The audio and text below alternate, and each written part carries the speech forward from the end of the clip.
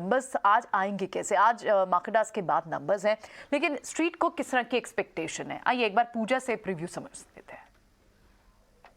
TCS के नतीजों में इस बार फाइनेंशियल से ज़्यादा कमेंट्री काफ़ी अहम होगी और इसके अलावा यूरोप में कंपनी का जो एक्सपोजर है करीब 30% का, वहाँ से करेंसी में चल रही दिक्कतों को लेकर क्या असर हो रहा है कंपनी के कारोबार में, इससे जुड़े बयान पर नज़र रहेगी। अगर फाइनेंशियल्स पर नज़र डालें तो हमारा अनुमान है कि जो डॉलर आय में बढ़त होगी वो करीब 8% के आसपास की देखने को मिल सकती है। रूपी टर्म्स में जो ग्रोथ रहेगी वो 4% के पास रहेगी।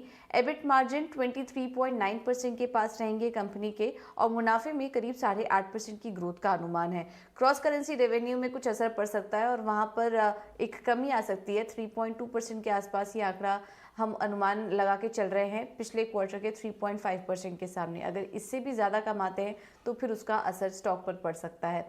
इसके अलावा रेवेन्यू ग्रोथ जो रहेगी उससे डिजिटल और क्लाउड वर्टिकल्स से सहारा मिलेगा रेवेन्यू ग्रोथ में।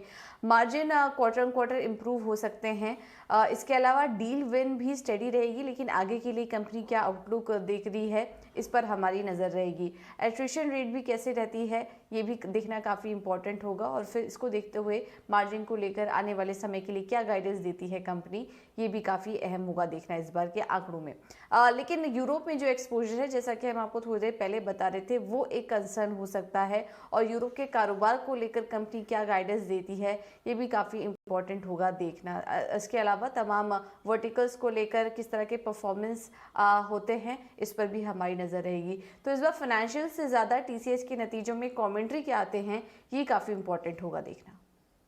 पूजा, आपको टीसीएस के नंबर्स कैसे आ सकते हैं? नंबर आने पहले से कुछ अनुमान बता रहे हैं, ब्रोकिंग हाउसेस की रिपोर्ट्स पे हम अनुमान निकालते हैं और इसी रिपोर्ट्स का पूरा जायजा हम आपके सामने रख रहे हैं।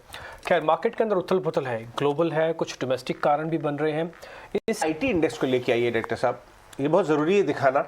जैसे हमने सुबह आपको बताया था, निकुंज से भी डिस्कस यही किया था कि निफ्टी आईटी इंडेक्स में रिस्क रिवॉर्ड अब फेवरेबल हो रहा है। ये देखिए, निफ्टी आईटी इंडेक्स इस समय डेज हाई की तरफ आ गई है, और मैं लेना चाहूँगा इन्फोसिस को। इन्फोसिस का इंटरडे आपको एक बार दिखा दें, आपको नजर आएगा सडन रिबाउंड उसमें आ रहा है।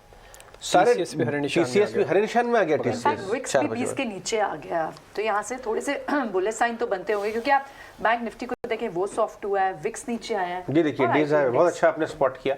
तो आईटी में आज सुबह जिन्होंने खरीदारी की, हमारी बातचीत सुन के, हमारे एनालिस्ट की निकुंज की बातचीत सुन के, उनको इस समय पैसा बन रहा है। आज दिन भर ये ट्रेंडिंग डे हो सकता है। हाँ, आज दिन भर आईटी ये ट्रेंडिंग हो सकता है और आज वही फाइट होगी, इसलिए निफ्टी के आज 17,000 की इंपॉर्टेंस आज बहुत तक दारोमदार जो है इन आईटी कंपनीज के ऊपर है, टीसीएस और इन्फोसिस पे। एक बार पता कर लेते हैं कि टीसीएस इन्फोसिस पे वापस से चेक करवा लेते हैं। एक और शेयर भी इसके साथ में जोड़ दूंगा, वो HCL take.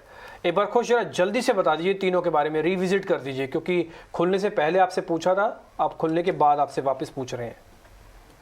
One word answer, buy Infosys. हम 1380 के लेवल से रेकमेंड करते आ रहे हैं, पिछले हफ्ते 2-3 बार रेकमेंड किया था, फाइनली ब्रेकआउट आया है, तो वो जो व्यू है फिलहाल अभी भी मेंटेन्ड है। TCS also is looking strong on the charts, volatility थोड़ी ज्यादा हो सकती है, बट ओवरऑल सेटअप जो है पॉजिटिव है। यहाँ पे भी अगर मैं सिर्फ लेवल्स की बात करूं तो 3050 के जो लेवल्स हैं ये आपके लिए as a stop loss act करेंगे फ्रेश एंट्री के लिए। 3120 के जो लेवल्स हैं ये एक्ट करेंगे आपके लिए एज अ टारगेट। जो लास्ट स्टॉक आपने पूछा विच इज HCL टेक, ये थोड़ा सा ज्यादा म्यूटेड चल रहा था, बट इसमें उसी के चलते अब जो बाउंस आया है ये बहुत शार्प आया है। हालांकि अपने रेजिस्टेंस के पास है विच इज 970 980, बट हमें लग रहा है जो मोमेंटम इनमें अब बिल्ड हो रहा है उसके चलते इनमें नए लेवल्स देखने मिलेंगे, तो इसमें भी आप एक फ्रेश एंट्री बना सकते हैं। 935 का आपका स्टॉप लॉस होगा। 1000 रुपीज जो है ये आपके लिए एज अ पहला टारगेट एक्ट करेगा, और जो दूसरा टारगेट है ये 1030 के लिए एक्ट करेगा।